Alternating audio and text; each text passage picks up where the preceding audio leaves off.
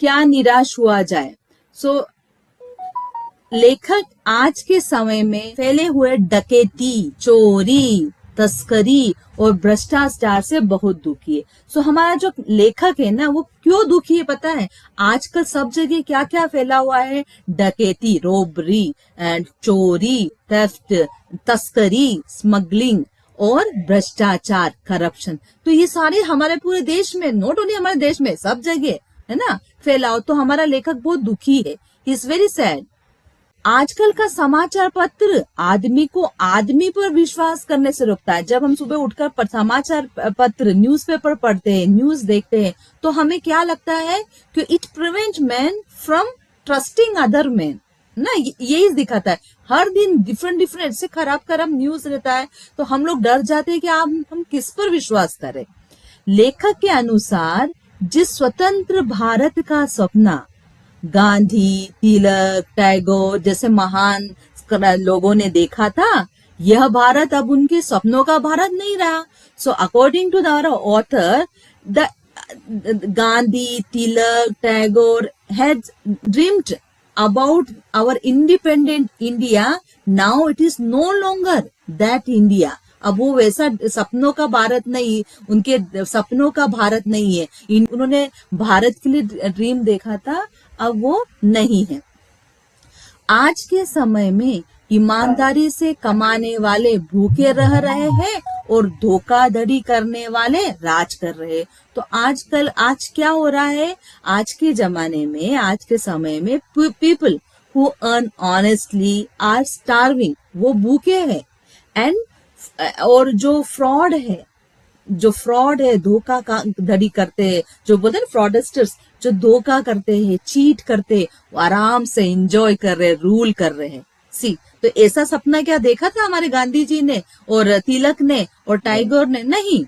लेखक के अनुसार भारतीय हमेशा ही संतोष प्रवृत्ति के रहे। According to the author, Indians have always been of content, जो बोलते हैं ना हैप्पी नेचर। उनका नेचर, हम लोगों का नेचर कैसा रहता है? वे आर वेरी हैप्पी पीपल, हमेशा खुश रहते हैं।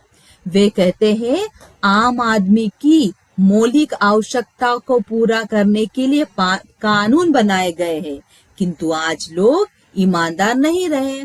सो what he says that laws have been made for fulfill the basic needs of common man, but what happened? But today people are not honest.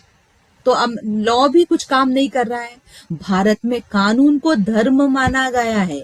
हमारे देश में जो कानून होता है ना, हमारे देश में जो लॉ होता है, जो रूल्स होता है, उसको हम what we consider as a religion. Okay, किंतु बट क्या हुआ?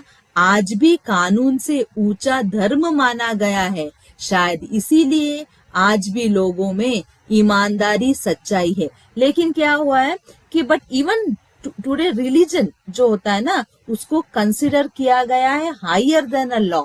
सो perhaps that's why even today there is honesty and truth in people. तो ऐसा नहीं कि सभी लोग बेईमान है, सभी लोग धोखा देते हैं, लेकिन there are few people, they are still honest, truthful. Okay, तो हम लोग उन पे विश्वास कर सकते हैं। लेखक को ये सोचकर अच्छा लगता है कि अभी भी लोगों में इंसानियत बाकी है।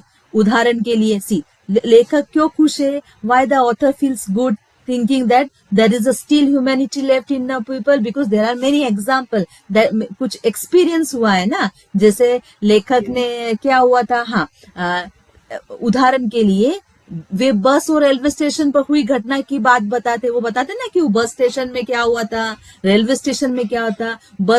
रेलवे स्टेशन में जब टिकट लेने गए थे तो उन्होंने गलती से ज्यादा पैसे दे दिया था, तो इतने में वो एक लड़का, जो टिकट वाला, दौड़ कर आके उनको पूरा जो चेंज है पूरा देकर गया। इवन बस में जा रहा था तो एक आदमी, जो ड्राइवर और जो चालक है, बस खराब हो गई थी, तो वो जो बस का जो आदमी है वो क्या किया, वो दौड़ कर गया और जो बस में जो भूखे बच्चे थे उनके लिए दूध लेके आया, खाना लेके आया ना। ये सब एग्जाम्पल्स है।